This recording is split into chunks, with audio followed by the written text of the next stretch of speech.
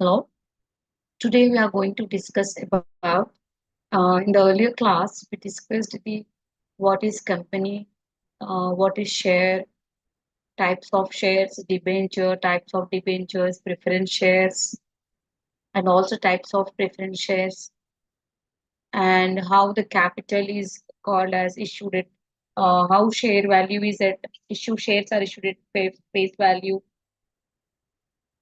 at share premium, at premium value, and shares issued at discount. So these all we have discussed in the earlier class. Now today we will discuss some more points and then we move to the next topic.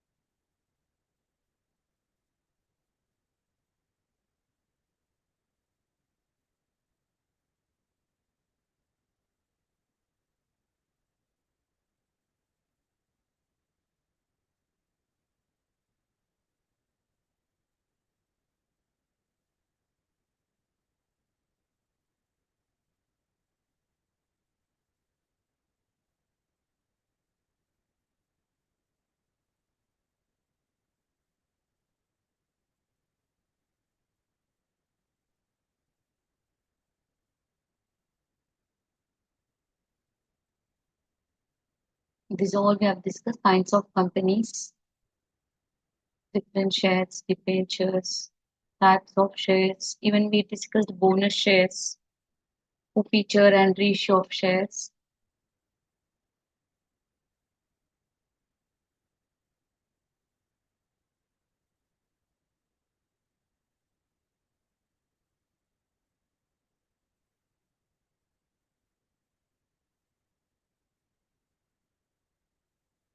And we have even discussed the company balance sheet, how the final accounts will be prepared as per Companies Act 2013.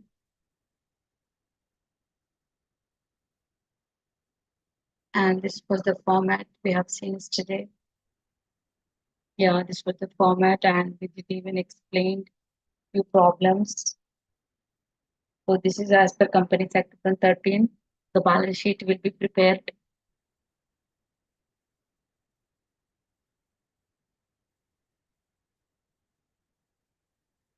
And we even discussed the revenue statement, that is profit and loss account, as per 2013.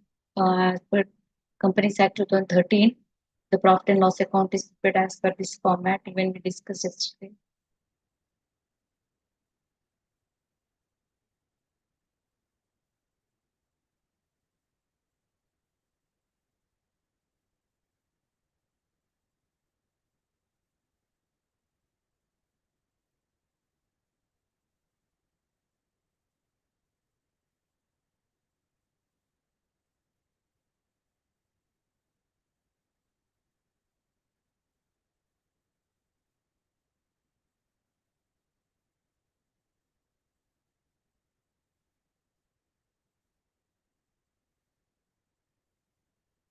So next comes the cost accounting, that is cost accounting and its introduction.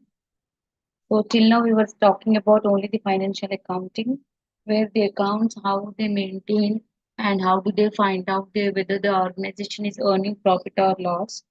But here, whenever the organization or the company is into manufacturing industry or into manufacturing, then it's a responsibility or it's their duty to prepare cost accounts.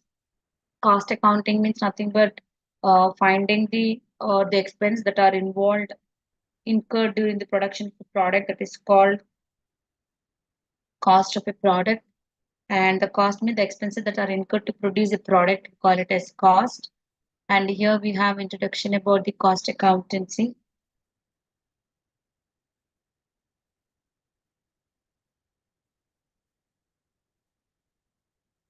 So this is what you can see, uh, the expenditure incurred or attributable to the given thing means whatever the products the organization is producing or into the manufacturing unit, and whatever the expense that are incurred to produce that product is called cost.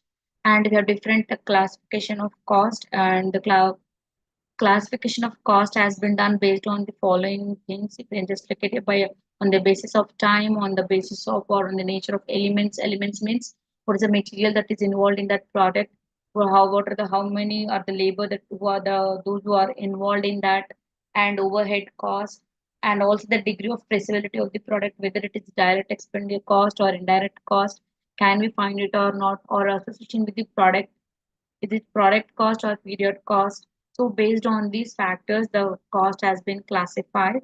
And if you look at here, based on the time, we have historical cost.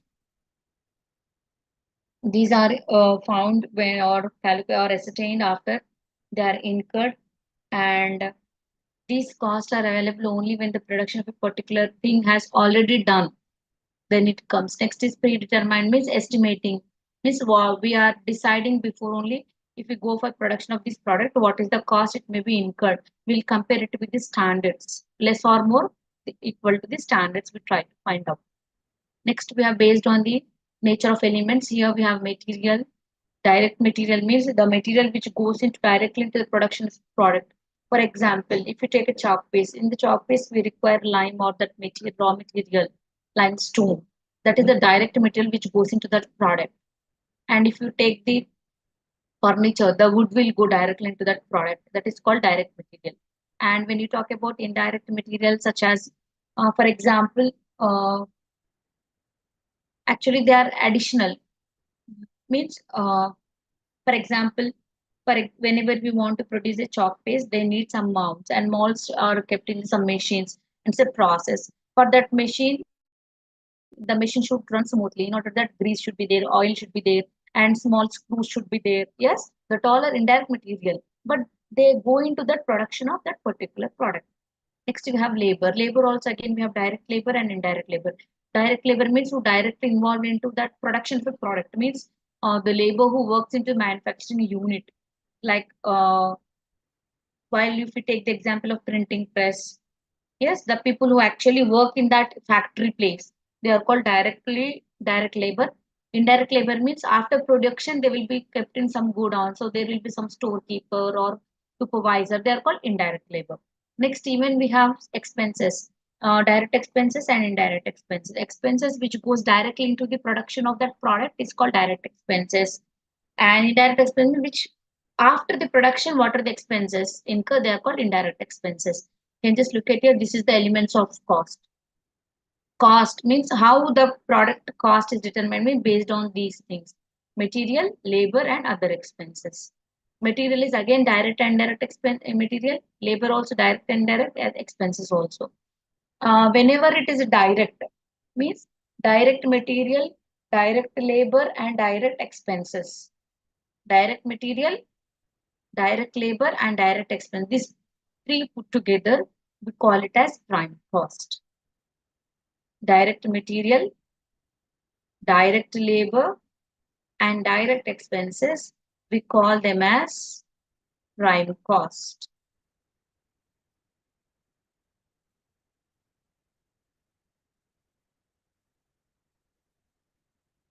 Prime cost.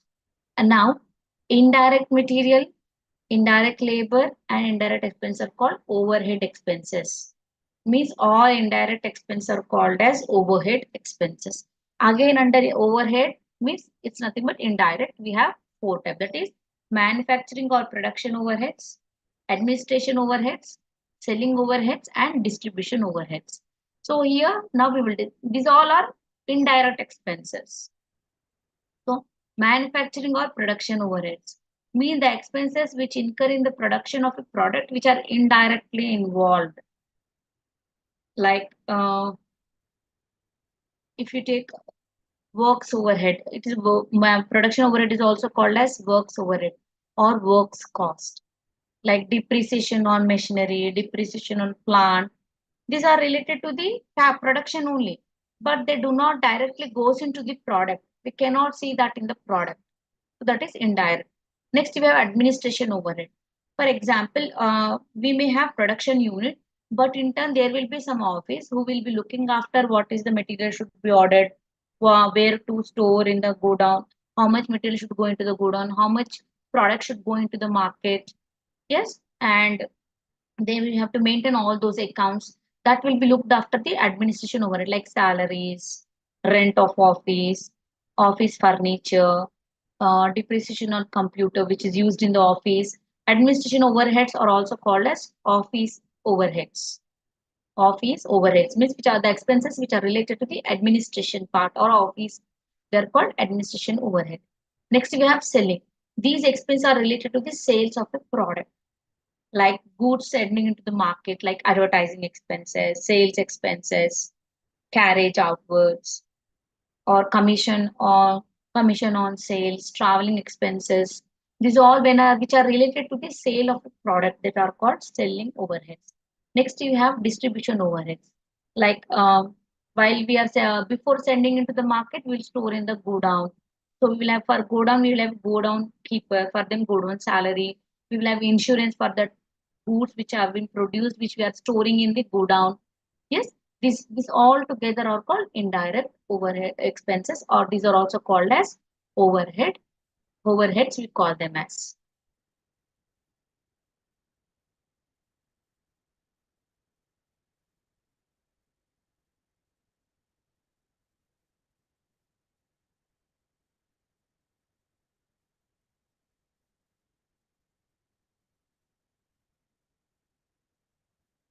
So there are differences between, there is a chance of coming this question, that difference between financial cost accounting and cost accounting. So in cost also we have this, these are the methods of costing, that is job costing, batch costing, process costing, operating costing, and contract costing. Job costing means this is used, which is based on the particular work, job work.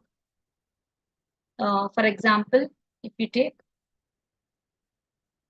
on specific demand, the product will be produced. Or there are some manufacturing units which will undertake job work and are called job order units. Means the main is they will produce according to the requirements and specifications of the consumers. They will not produce as and they want. They will on the basis of the requirement of the customers only. The products will be produced. That is called job costing. And batch costing means at a time same type of product will be produced on batches, like televisions, air conditioners, washing machines. These are all called batch costing, where production is based made on continuous basis. It will be done irrespective of uh, whatever there is, whether there is having any demand in the market or not. The products will be produced. Next, we have process costing. Here, process costing, to produce one product, it passes through different stages or different processes. For example, if you take thread or if you take cloth, to be, sometimes what happens, instead of purchasing the cotton from outside, we even directly produce have our own firms, and we get the farms and we get the cotton. In the first stage it will be raw material, and when it goes to second stage it will become thread. So it is not completed, it is like semi finished, but for the stage one it is finished, but it will pass to the second unit or second stage.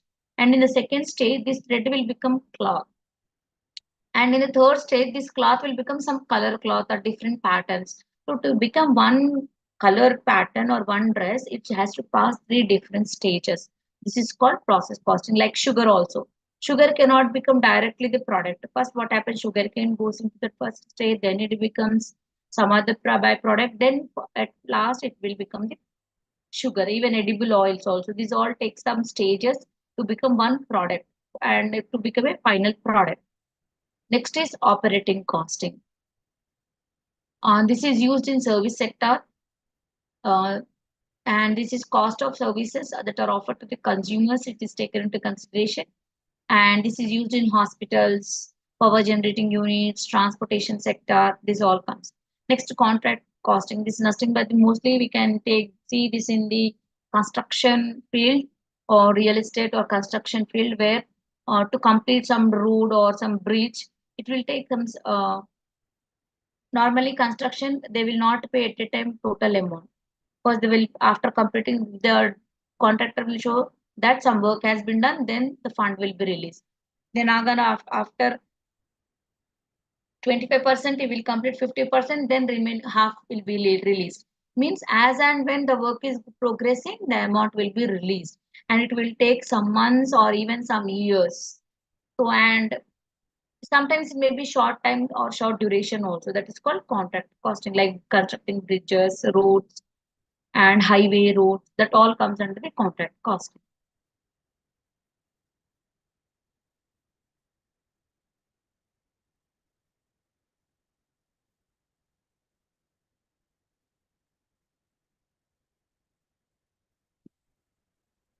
Next comes marginal costing and its decision techniques. So in marginal costing, we have to just first know the format. That is, you should know this. Marginal means in additional. We're producing an additional one unit. So what will be the change in the sales and what will be the cost that is involved in that? Marginal means in addition. In addition, whatever you are producing more than or in either you increase or decrease by one unit. So what will be the difference on the sale and what will the impact on the profit? So here you should know this format, that is sales. From this, if you deduct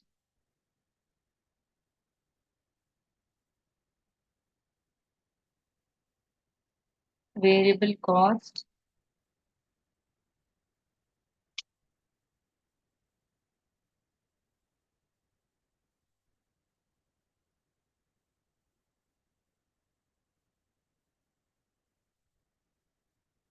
and what are the difference we get,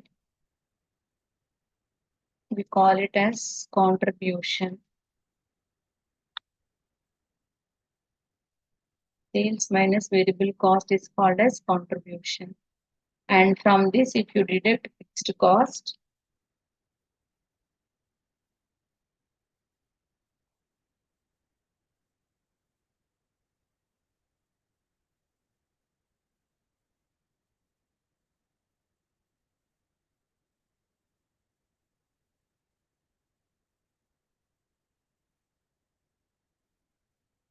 and the difference of contribution and fixed cost will be profit.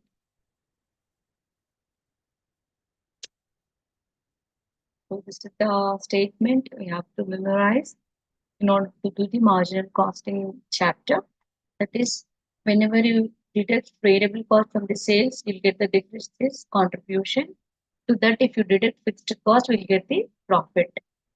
So this is a statement you have to remember who has to do the problems in the marginal costing chapter. And based on this statement only, we will find out how, if any missing figure is there, we'll find out based on this only.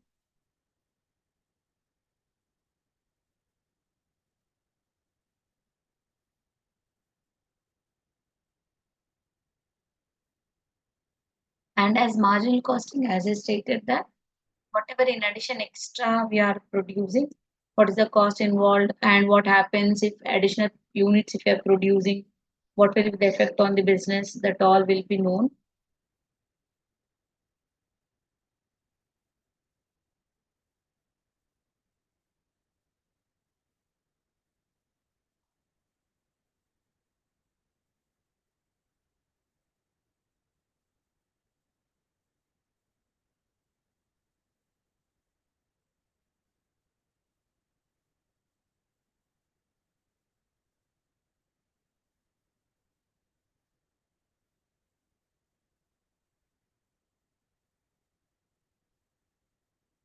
can just look at this example. A factory produces 500 fans as per annum.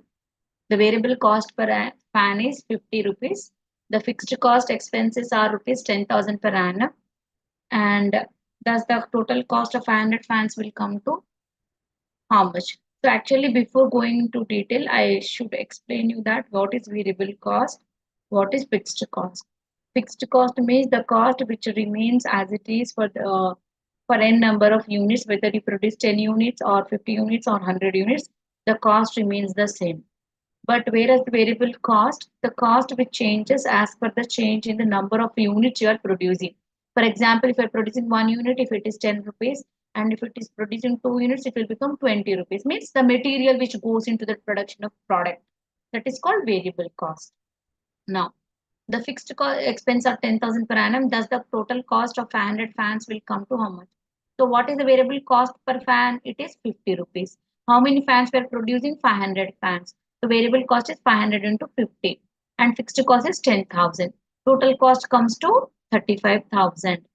Now, if the production is increased by 1 unit, so if you are increasing from 500 units to 501 fans, they were producing 500 fans. If they want to produce 501 fan, what happens? Just look at it, there will be a change in the variable cost. And also there will be change in the total cost.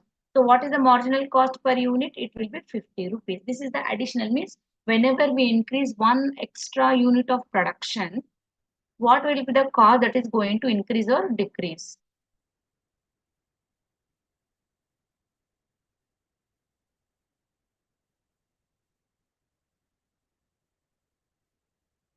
So this is what I was explaining how we will find out actually format. Sales minus variable cost, it comes to the contribution, the difference, and if you deduct fixed cost, we'll come to know the profit.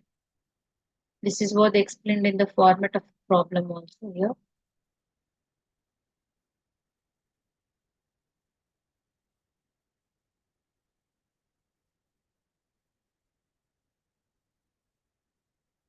So here they given you cost sheet along with the additional number of units produced, absorption costing and marginal costing. So these are the formulas, and these formulas are not new. These formulas have been evolved from the that statement only. The statement just now which I discussed, that is sales minus variable cost leads to contribution, and otherwise give me a second, I'll show you again.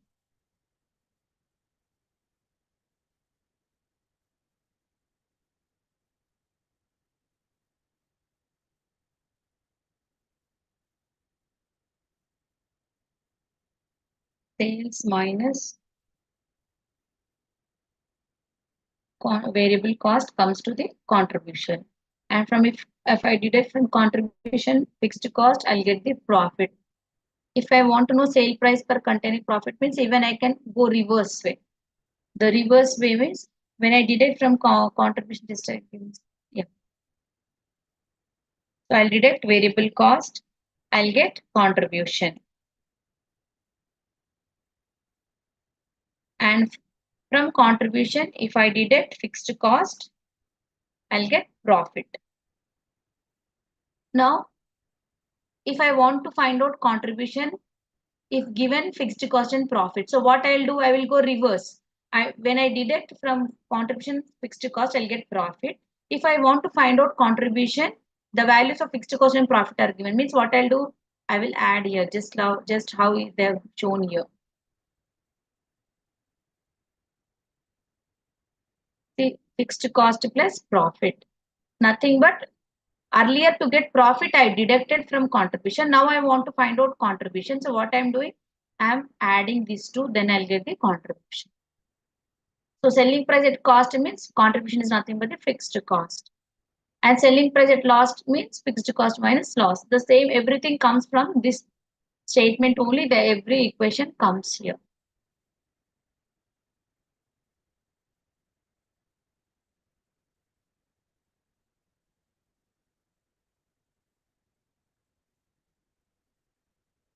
You can just look at here, the given variable cost, fixed cost, selling price, and they're asking, they're given only these three things. That is variable cost, fixed cost, and selling price. So what I'll do, I'll just write here.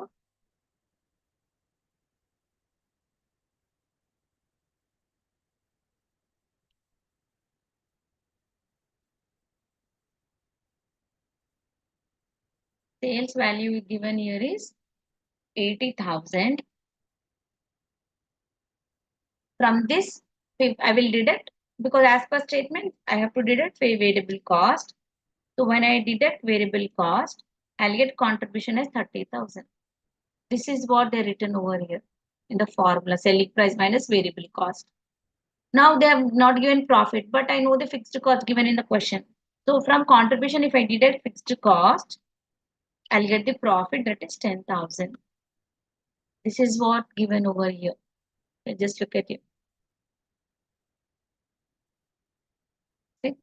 Profit is equal to contribution minus figure. It's nothing but from the statement only we are doing everything.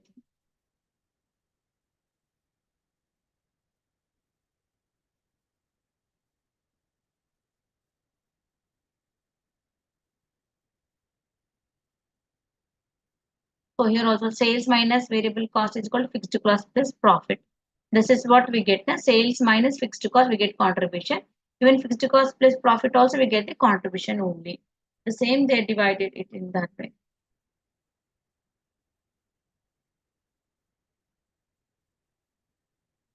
Next, they have break-even point, where they don't have neither profit nor sales. Yes. So here how we can find, we have a formula, that is fixed cost. Means whenever they're asking in units, if they're asking break-even point in units, this would be the formula, that is fixed cost by selling price per unit minus variable cost per unit. Selling price and variable cost will be per unit and fixed cost will be the value. Same for that also, again we have another formula. See, this is nothing but selling price per unit minus variable cost per unit. If I am deducting from sales minus variable cost, what will I get? I'll get the contribution. So either I can write selling price per unit minus variable cost per unit or contribution per unit. So either I can follow this formula or this formula. Next, break-even point, this is in units. Now when they're asking in sales, in that case, the formula changes. Fixed cost by contribution per unit into selling price per unit. It will be followed. And this is in units, this is in sales, and when they are asking in rupees. So I can write fixed cost by PV ratio. PV ratio means profit volume ratio. PV ratio means profit volume ratio. Now, sometimes they will ask like this. They will give fixed cost and they'll ask us, if the sales are this much, 10,000, what would be the desired profit you will be earning? Or they'll say that 20,000 is our estimated desired profit which we would be earning in the future next year. So to get this profit, how much sales we can earn? So in that case, this is the formula that will be followed. Units for a desired profit. So profit given, we have to find out how many units we can produce. Sales for a desired profit. Profit is given, they are asking sales, or the sales is given or asking desired profit.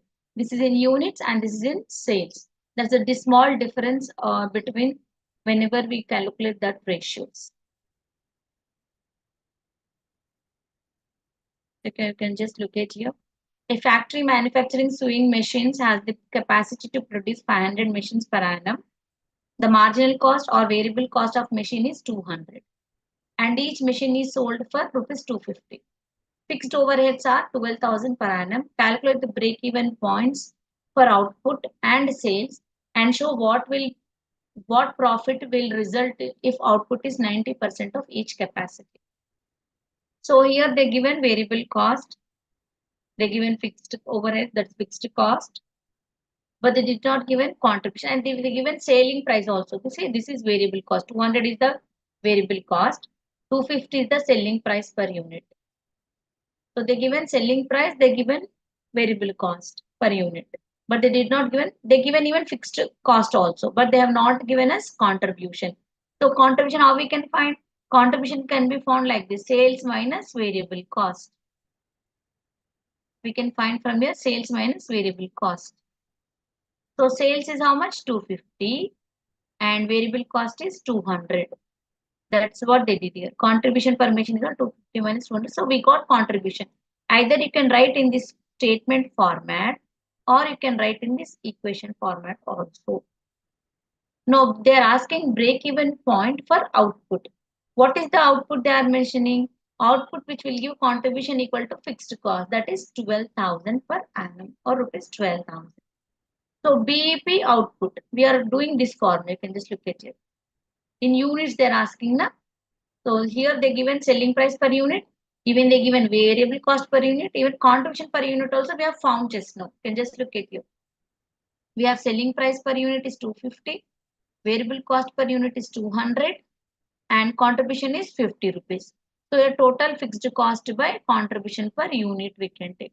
That is 12,000 divided by 50. We get BP in output, that is 240 machines.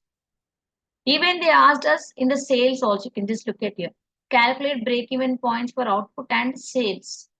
So whenever there is a sales, you can look at here, break-even point for sales. Fixed cost per contribution per unit into selling price per unit. See, if you can just look at here, this is the same formula taken from here. See here also in units fixed cost by contribution per unit into selling price per unit is added. So I can just take like this directly that already we have done this 240 machines. So we already did this total fixed cost by contribution per unit. So 240 into selling price per unit is 250 rupees. So this is the break even point for sale, that is 60,000. Now what they are asking again, show what profit will result if output is 90% of capacity. So break even point for sales can also be calculated with the help of like this. Total fixed cost by 1 minus variable cost per unit by selling price per unit. So again you will get the same 60,000 only. Now 90% capacity we look after. Profit at 90% of the capacity has been calculated as follows. You can just look at it.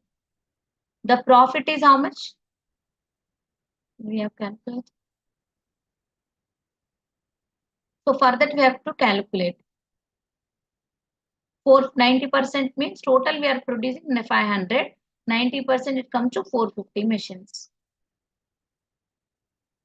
So this is will be the when we go for the 90% of capacity, if the units instead of producing 100%, if we are reducing by 10%, then our profit will be 10,500. Next, PV ratio I just discussed. Profit volume ratio.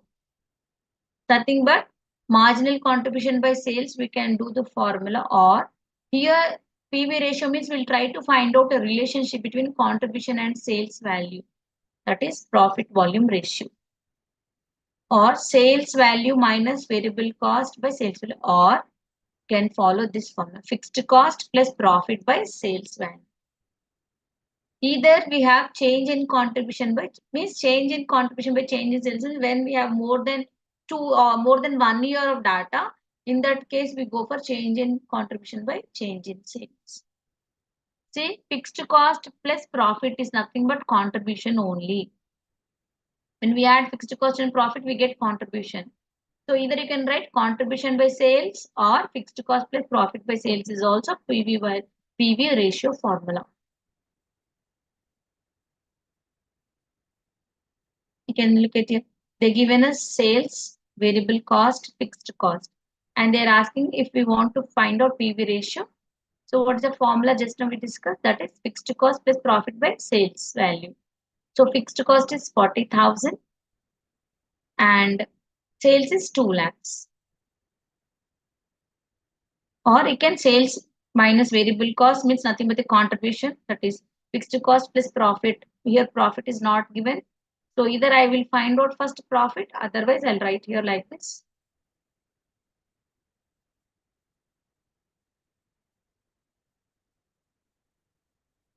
So sales is 2 lakhs. The variable cost is 1,20,000. When I deduct, I'll get a contribution of 80,000.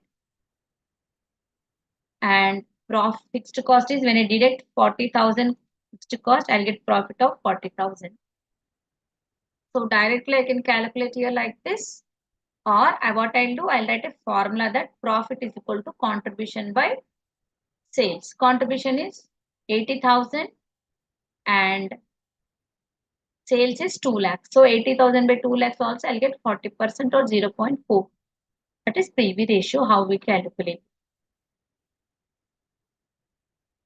Next, margin of safety is PV ratio by profit.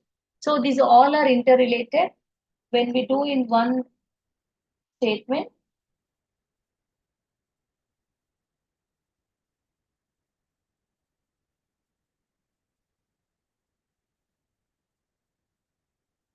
when we do this statement, then every formula is generated or interrelated with each other.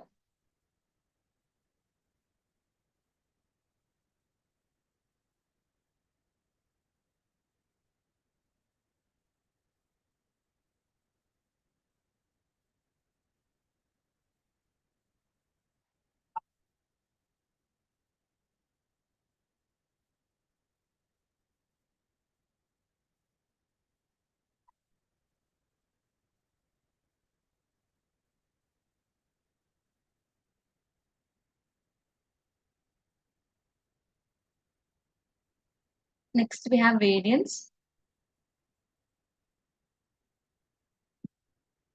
Variance with the difference between the standards and the actuals, or between standards cost and actual which have incurred. That is called variance. Maybe, for example, the standards are 40, but actually we incurred 60. The difference of the two is called variance. So here we have material variance, we have labor variance, and overhead variance. So again, under material variance, we have material cost, that is price variance, usage variance, mix variance, and yield variance.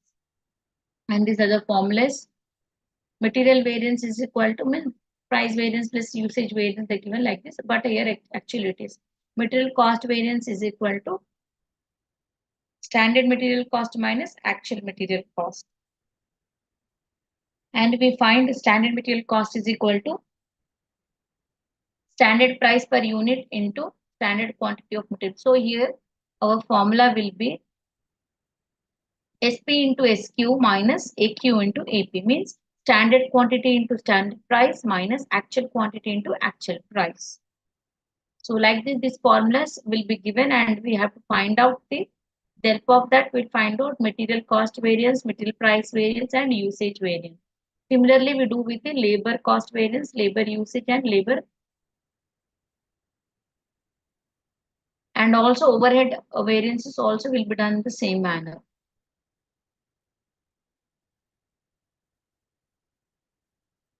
This is how we calculate, and if you look at it, material cost variance is equal to material price variance plus material usage variance.